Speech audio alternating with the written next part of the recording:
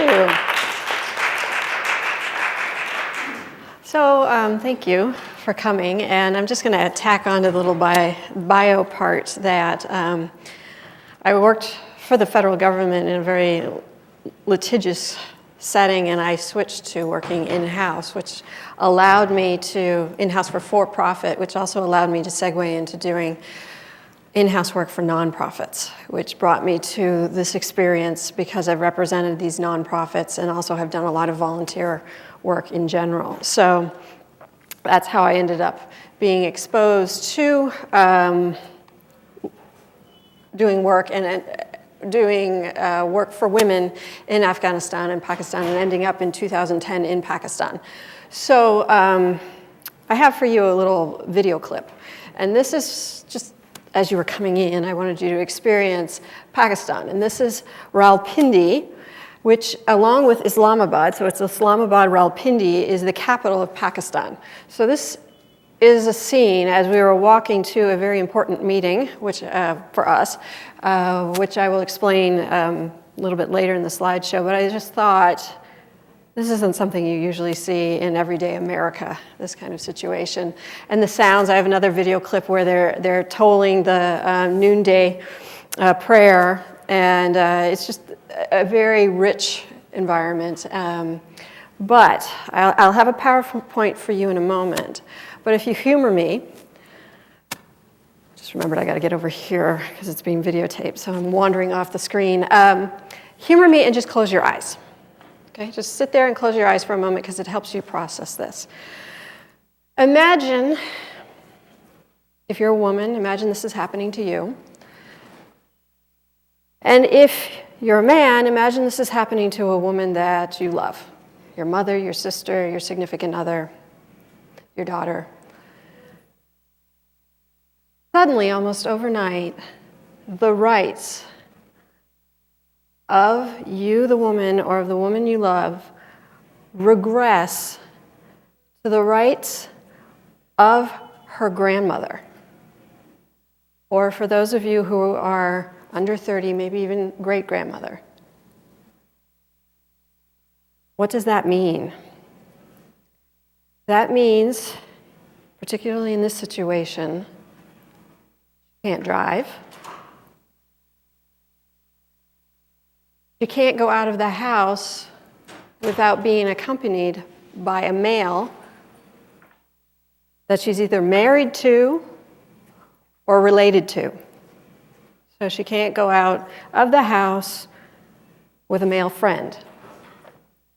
She has to wear clothes that cover her basically from head to toe. As we saw in Afghanistan, if you were a woman in Afghanistan, you had to wear a burqa, and the only thing that was visible was essentially your eyes if you didn't wear a netting. In addition, this woman can't go to school. Not allowed to go to school. She's also not allowed to go to a male doctor. And women are not allowed to work. So women can't go to a male doctor, and women cannot work as doctors.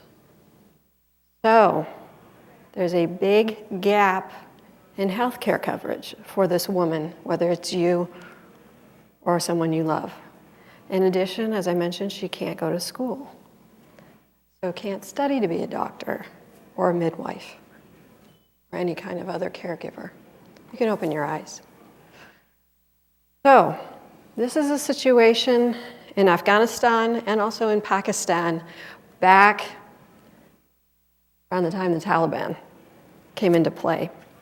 So if you think about the 1970s, the late 1970s, in Afghanistan, the Soviet Union came in and stayed for about 10 years. And at that time, if you were to walk down the street, you'd see the big collars, the boots up to here with the platform shoes on the women, okay? It was almost like being here. And now flash forward to when You think about the women in the blue draped burqa. Is anybody familiar with this, having seen it in the news? They were covered head to toe in the burqa. Many of them had screens over their eyes, so you couldn't even see their eyes. Sometimes that was the only way they could express themselves, was through their eyes if they didn't have the screen. If, for a moment, they showed a little bit of ankle because they bent and their pants rode up, they'd be subject to whippings, beatings. In addition, essentially, women were dying because they didn't have access to health care. Afghanistan, even today, is considered one of the worst places in the world to be a woman. Not just for health care, but because of the beatings, the lack of education still outside of the main cities. You may be familiar with the burnings that women have gone through in Pakistan and Afghanistan, or acid being thrown on them. It's not too far from the news. All of these things have been happening to Afghan women since essentially the early 90s, when their rights significantly changed. We're not going to get into why the rights significantly changed, the historical context, but I would like to share with you why I got involved, if there needs to be more other than what I described. I got involved in multiple ways. We're going to talk about, I think, primarily 3 ways. And one was, hang on, because I can't walk and chew gum at the same time here. And I'm not a Mac user. No.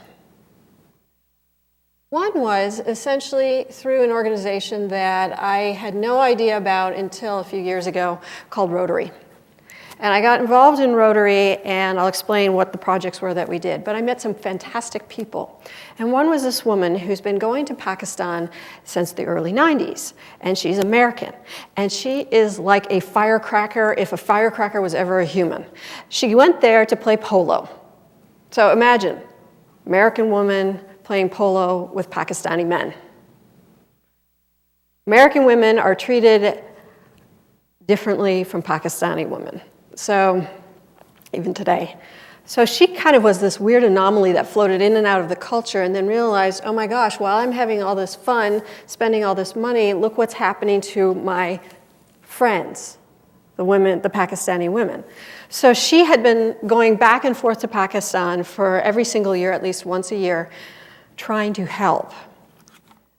We decided we were going to create a nonprofit, and I was essentially doing pro bono work for them to create what's called Help Women Heal.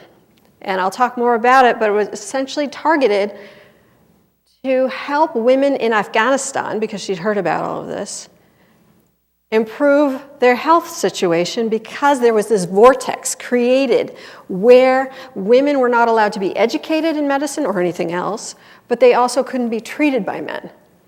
So there was this big gap in healthcare, and we'll get more into that.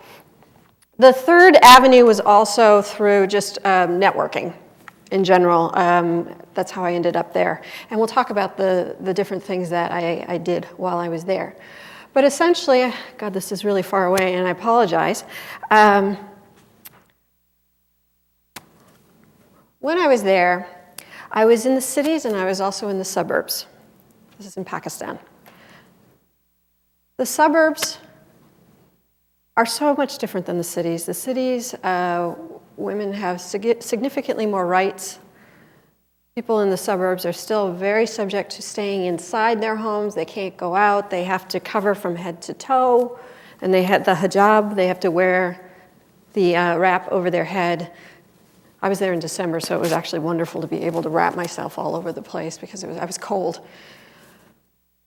But some of you may be familiar with the book called 3 Cups of Tea by Greg Mortensen. He's also drawn a lot of attention because of litigation issues. But he pointed out, this is something that we were premising our work on for Help Women Heal and otherwise, that if you educate a girl, you're really going to, and I'm sorry guys, you're really going to help the culture and the society much more than educating the boys. Why? The girls will stay. They're more likely to stay in the small suburb town than the boys as they grow up. The girl will go home and she will tell her mother and her grandmother. So educating 2 more people. You get 3 for the price of 1. When she grows up, she's going to educate her kids. 4 for the price of 1. Or if she has more than 1 kid, you do the math.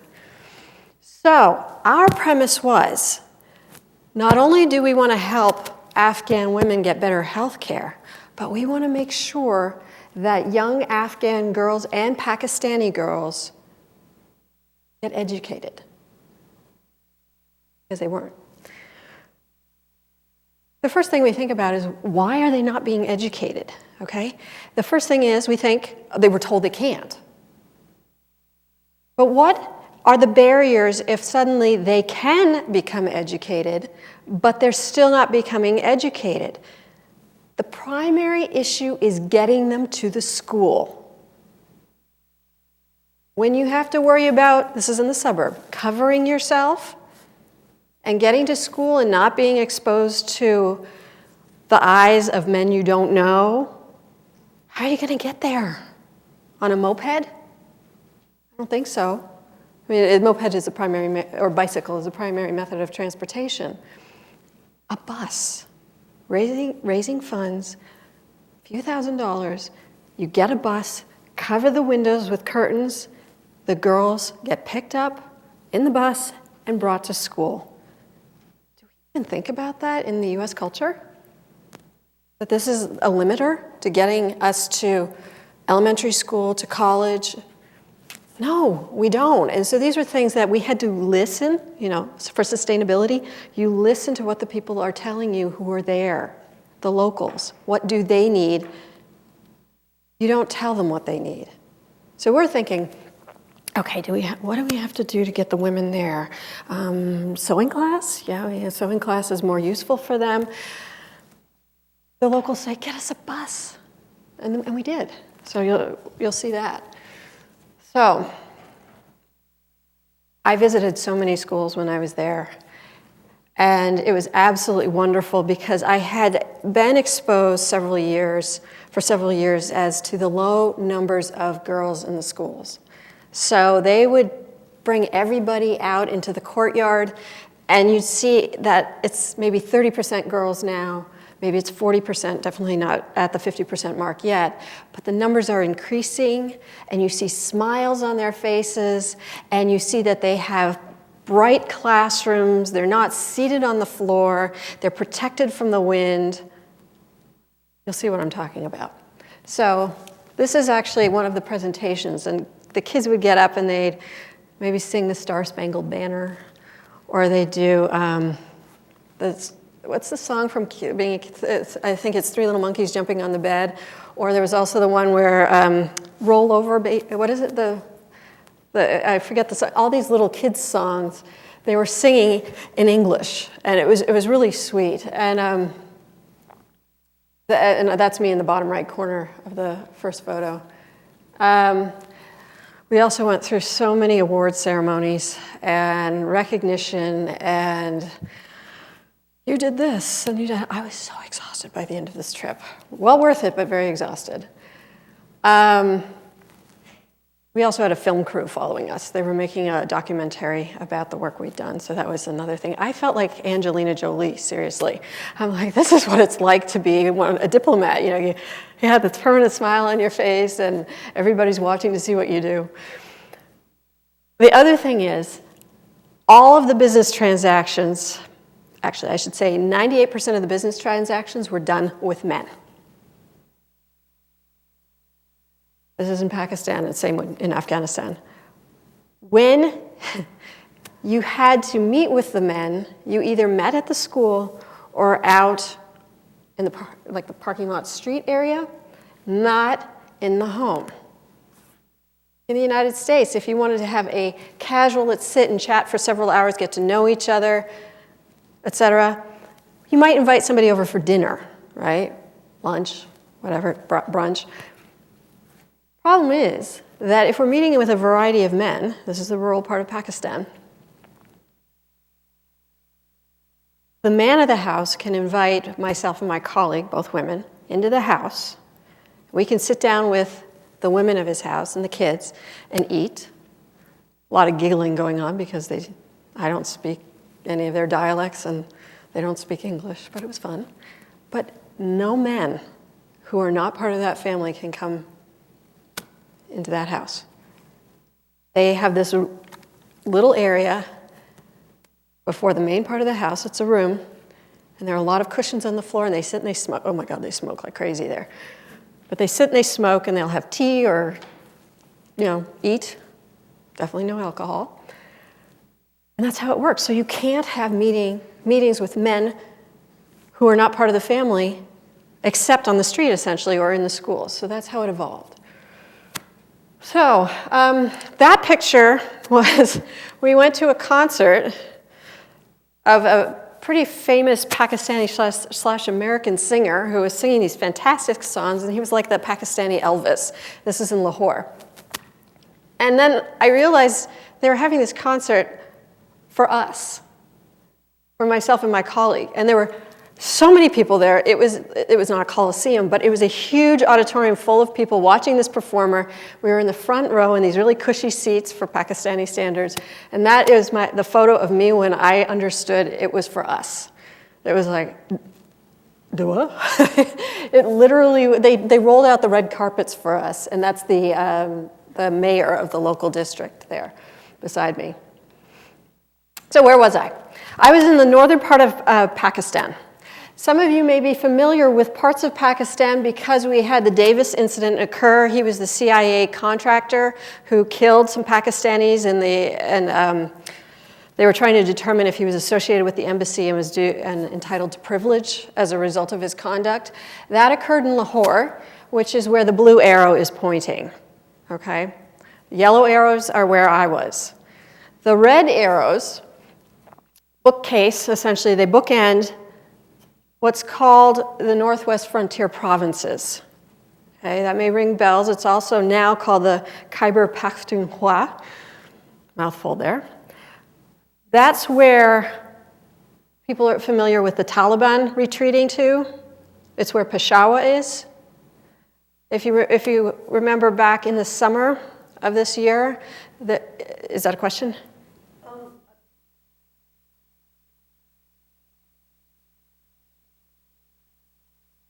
Oh, okay. Oh, good to know. Yeah, I didn't know that. But in the Khyber Pakhtunkhwa, up in Peshawar, it's a big city, went there. You may have heard this summer that there was an activist, a woman activist, who was killed there. Peshawar is still very volatile, but you can go out on the street. There are just certain areas that even Pakistanis don't want to go to because they think it's more volatile than others. So generally that's what's going on where I was, and some markers for you. Afghanistan is on the west border of Pakistan. India on the east. So I mentioned this organization of women, Afghan women, and it's called RAWA, the Revolutionary Association of the Women of Afghanistan.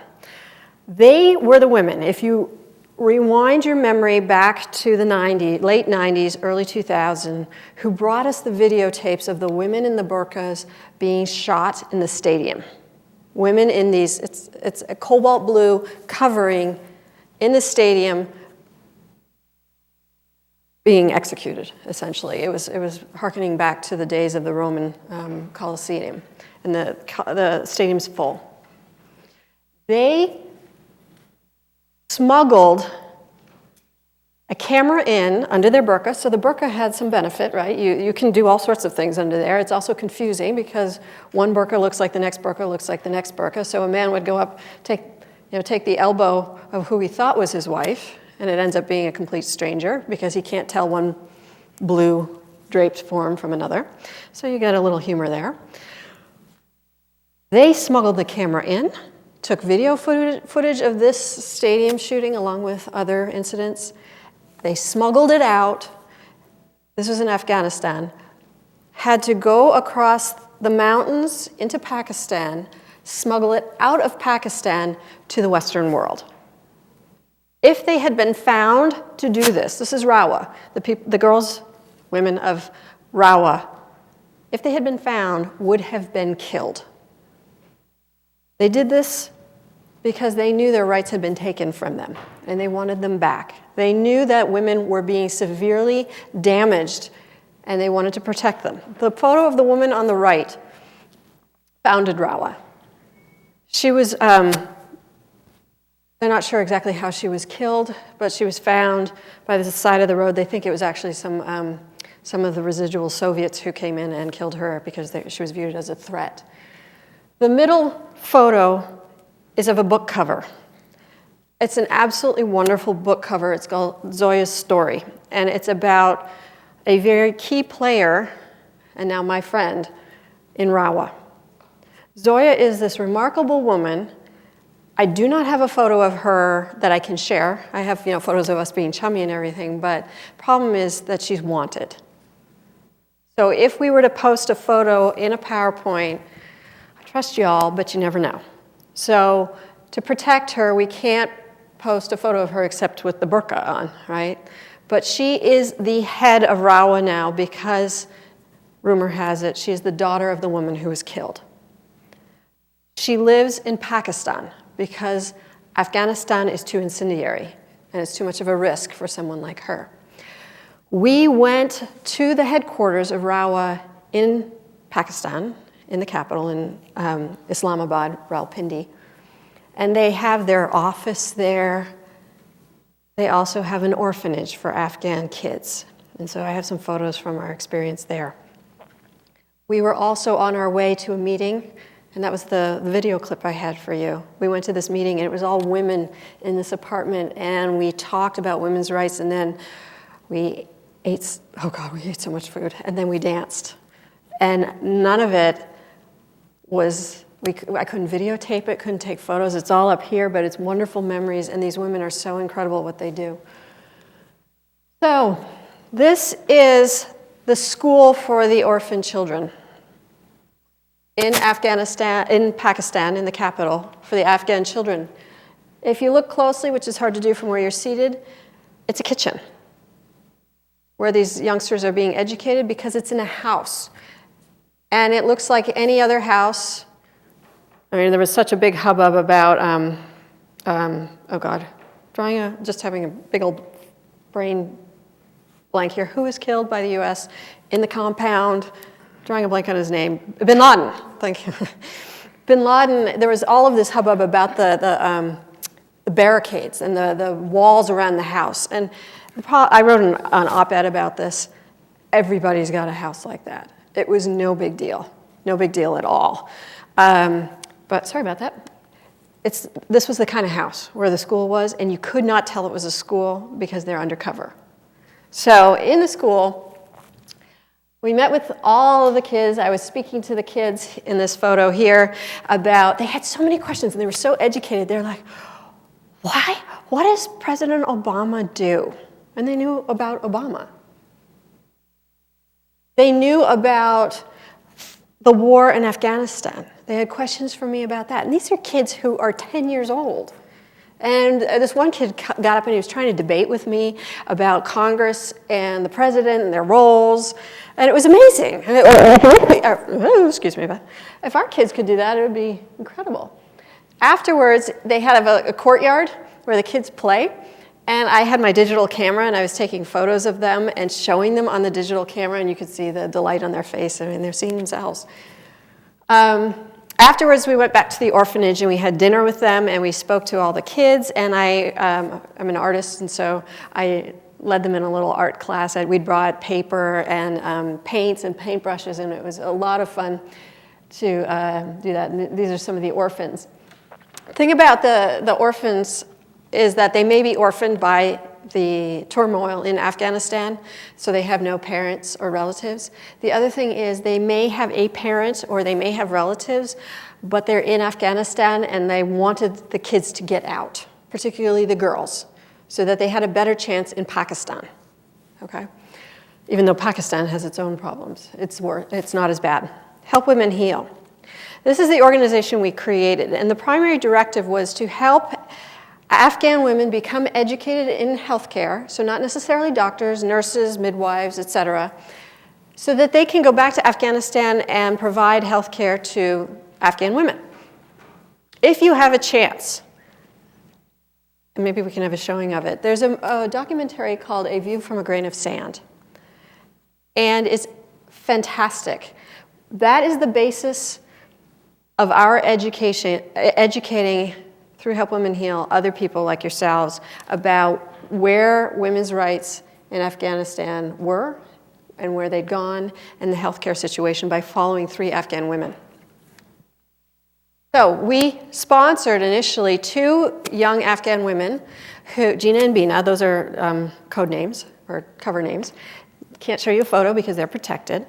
They were brought to our attention by RAWA, and we supported them through their whole grammar school and what would probably be like the first 2 years of university here because they have a different setup in terms of education. That's a thank you note they wrote. They have gone back to Afghanistan, They were educated in Pakistan. I met with them, incredible young women, while I was there in Rawalpindi, and they went back to Afghanistan to try to help people they knew and to see if they could be educated there. Now they're coming back to Pakistan because they want to become doctors. And so the continued support by Help Women Heal is part of that process. Beyond the capital, Islamabad and Rawalpindi, you see lots of situations like this. This is women and children by the side of the road, just cooking, essentially. This is a truck stop, which is a very male-dominated area. Women are not supposed to be there, but that's where we had some of our meetings. Related to educating, you can see my colleague is wearing a Rotary hat. I'm going to fast forward through these. One of the things in Rotary that we did here was to inform the people about polio, because polio is still a huge problem in Pakistan. So we were talking to kids, primarily kids, so that they go back and tell their parents, and we were giving them pencils and stickers about polio, written in English and in the local dialect, and we put up posters, all so that they know that polio is a problem and what they can do to avoid it. I love this photo. This, believe it or not, we were in what's a Pakistani kind of limousine. We look out the window, and our colleagues had followed us on a motorbike. 3 men on a motorbike. They're on the motorbike there looking in and waving at us and cracking jokes. And so those were some of the people we were meeting with. And these are some of the kids who we were giving pencils to and informing them about polio. Just more happy faces, which is wonderful. That's me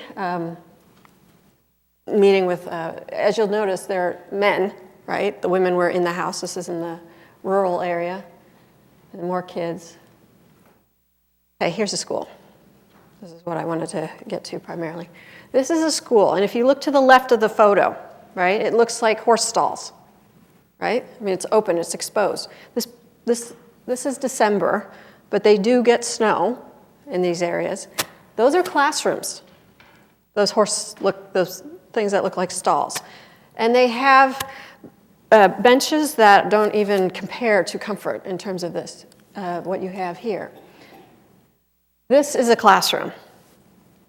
Girls and boys are educated separately. See how dark it is? If you were closer, you'd see what kind of benches they have, or the floor. They do really well at crouching. And the wall, of course, you can see. Here's another classroom of boys. They have uniforms. And this is their playground.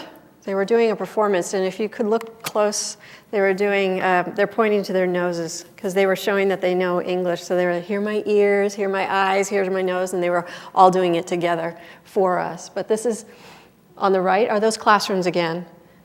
And on the 2/3 to the left is that playground that they play in.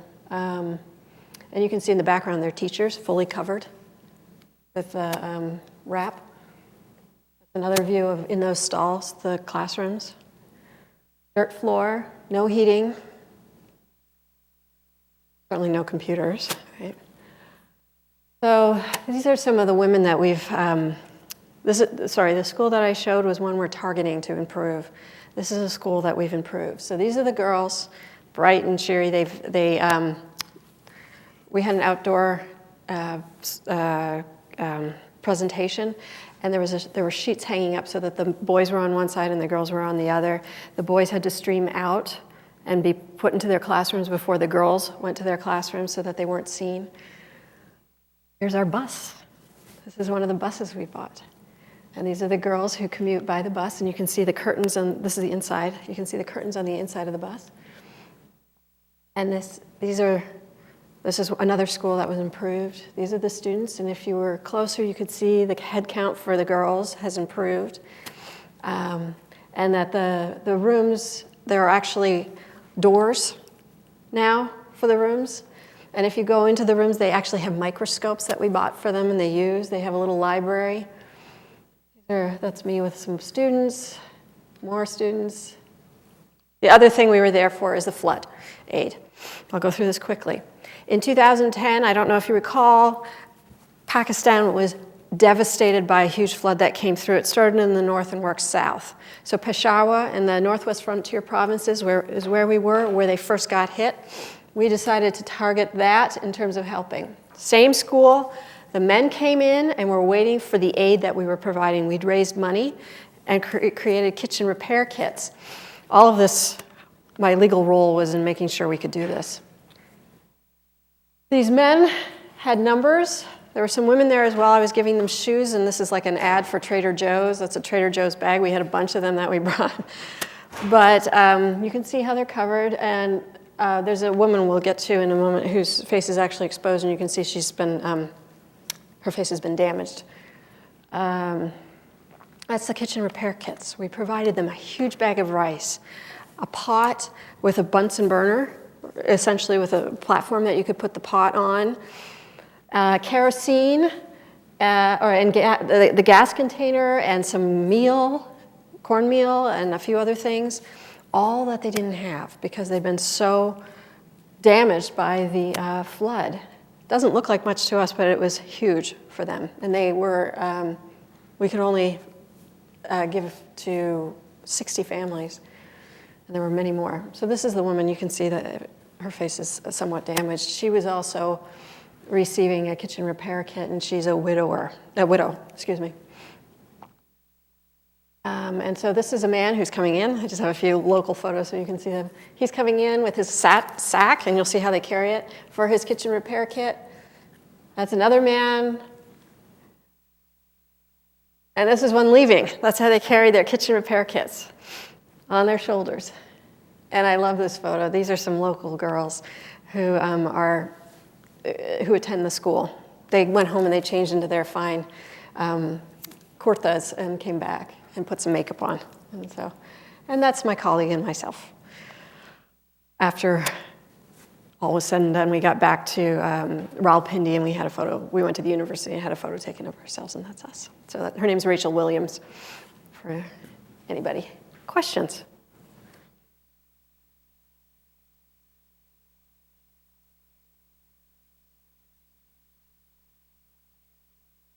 You want to go? If you like Indian food, that's what it is all the time, and I love Indian food. So it's not as, it doesn't have to be as spicy as some people think their Indian food experience is. It was absolutely wonderful, and I love to share this. I didn't ever feel threatened that somebody was going to hurt me. Never felt threatened. I was exhausted. And there were people walking beside me. We had guards with Kalashnikovs. But I never felt threatened. And it was such a dichotomy.